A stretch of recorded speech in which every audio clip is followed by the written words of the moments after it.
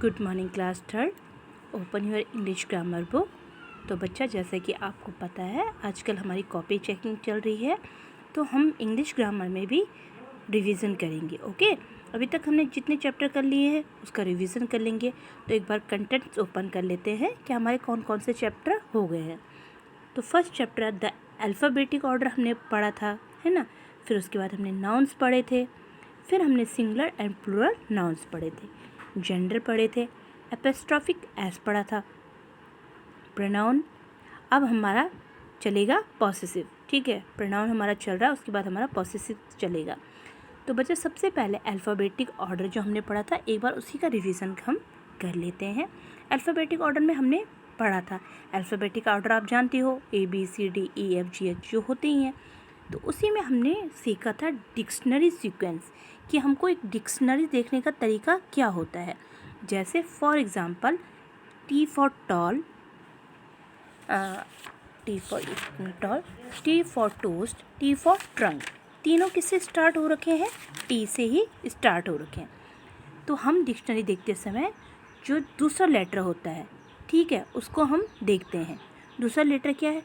AOR। तो हम second letter से, जो सेकंड लेटर में जो आपका सेकंड लेटर होगा, जैसे A है तो उसको क्या करेंगे? लिखेंगे सबसे पहले। ओके, तो इस तरीके से हमने क्या की थी, यहाँ पे आपके बहुत सारे जो वर्ड्स दे रखे थे उनको हमने किया था। जैसे हमने यहाँ पे arrange these words in alphabetic order, इनको हमने अल्फ़ाबेटिक ऑर्डर में लगाया था। ओके, फिर आगे हमारे पास इसी तरीके से एक ग्रुप बन रखा था। उस ग्रुप में हमारे पास था in E set tick the group of words that is in alphabetic order.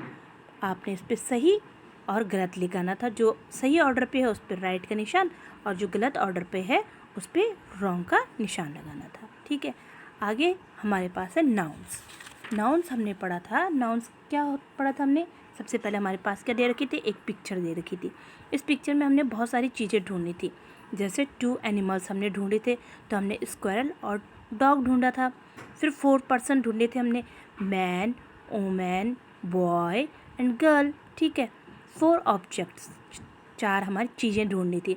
तो हमने यहाँ पे बुक ढूंढी, बेंच ढूंढी, शूज़ ढूंढे, स्पेस ढूंढे एंड प्लेस यानी कि पार्क हमने ढूंढा, एक जगह हमने ढूंढी थी। ओके, अब डिफाइनिंग नाउन के बारे में हमने पढ़ा था।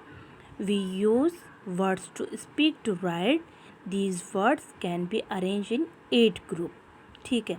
जो भी वर्ड्स हम लिखते हैं, बोलते हैं, उनको 8 भागों में बांटा जाता है according to their use, that is according to word each does in a sentence. देखिए, अब वो कौन कौन से कहलाते हैं, पार्ट्स ऑफ स्पीच कौन से कहलाते हैं? जैसे noun, pronoun, adjective, verb, adverb, preposition, conjunction, interjection. तो आपके पूरे ग्रामर में यही चलेगा, ठीक है। सबसे पहले पढ़ेंगे हम नाउन के बारे में। तो नाउन की डेफिनेशन थी, noun is the name of person, place और थिंग, ठीक है। टाइप्स ऑफ नाउन थे common noun and proper noun. तो बच्चा, आप फर्स्ट क्लास से कॉमन नाउन और प्रॉपर नाउन पढ़ते हुए आ रहे हैं, अभी तक आपके पूरे समझ में आ गए हैं। कॉमन नाउन क्या होता है? Common noun are the names given in a common to all people, animals, places और things of the same kind, जो सेम होते हैं, चाहे वो इंसान हो, जानवर हो, कोई चीज़ हो, कोई जगह हो, वो कॉमन कहलाते हैं। प्रॉपर नाउन कहलाते हैं पर्टिकुलर पर्सन, किसी स्पेशल आदमी के लिए, किसी स्पेशल जगह के लिए, किसी स्पेशल जानवर के लिए और किसी स्पेशल चीज़ के लिए। अब यहाँ पे हमारे पास कॉमन एंड प्रॉपर नाउन दिया है। अब जैसे फेस्टिवल है, त्यौहार है, तो त्यौहार हम बोलेंगे त्यौहार आने वाला है। अरे कौन सा त्यौहार आने वाला है? तो जब तक हम त्यौहार बोलेंगे तो क्या है? फेस्टिवल क्या है? कॉमन है। लेकिन जब हम बोलेंगे होली आ रही है, क्रिसमस आ रहा है, ईद, गुरु पर्व, यानी कि अलग अलग त्यौहार है, जब हम इनका नाम लेंगे तो वो हो जाता है हमारा प्रॉपर नाम। इसी तरीके से महीने तो कितने होते हैं? 12 महीने होते हैं, तो महीने कॉमन है, ठीक है। लेकिन जब हम उस महीने का नाम लेंगे, दिसंबर का मंथ, अप्रैल मंथ, है ना, तो वो हमारा हो जाएगा प्रॉपर नाउन या स्पेशल नाउन। डे पूरे 7 डे होते हैं, आपको पता ही है, लेकिन जब हम उनका नाम लेंगे संडे मंडे तो वो हमारा स्पेशल होगा। इसी प्रकार लैंग्वेजेस, बहुत सारी लैंग्वेज है, लेकिन जब हम लैंग्वेज का नाम लेंगे, English language, Hindi language, French language, ये हमारा कहलाएगा प्रॉपर नेम। मॉन्यूमेंट संग जो होते हैं हमारे, रेड फोर्ट, ताजमहल, तो ये हमारे स्पेशल कहलाए जाएंगे। इसी तरीके से नदी अलग अलग होती है, समुद्र, तालाब, बहुत सारे होते हैं, लेकिन जब हम इनका नाम लेते हैं वो स्पेशल हो जाते हैं। तो इसी प्रकार से हमने कॉमन नाउन में क्या किया था, अंडरलाइन किया था। बहुत सारे यहाँ पे कॉमन नाउन थे, उनमें हमने अंडरलाइन किया था। ठीक है, फिर आपके पास आगे था underline the proper noun in each sentence, replace with the another proper noun. आपने क्या करना था, एक प्रॉपर नाउन को हटाकर उसकी जगह दूसरा नाम लिखना था। जैसे यहाँ पे फर्स्ट सेंटेंस था रेखा इज सिंगिंग अ सॉन्ग, तो इन्होंने रेखा का नाम हटा के क्या किया था, Reema is singing a song. फिर है माई सिस्टर नोस उर्दू, अब उर्दू क्या है, स्पेशल है, तो हमने लिखा था माई सिस्टर नोस इंग्लिश।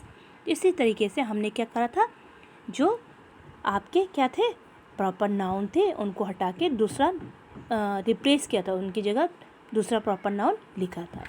इसी में हमने कलेक्टिव नाउन पढ़े थे, है ना। कलेक्टिव नाउन की डेफिनेशन हमने क्या देखी थी, a collective noun is the name giving a collection of groups of person, places, animals और थिंग्स।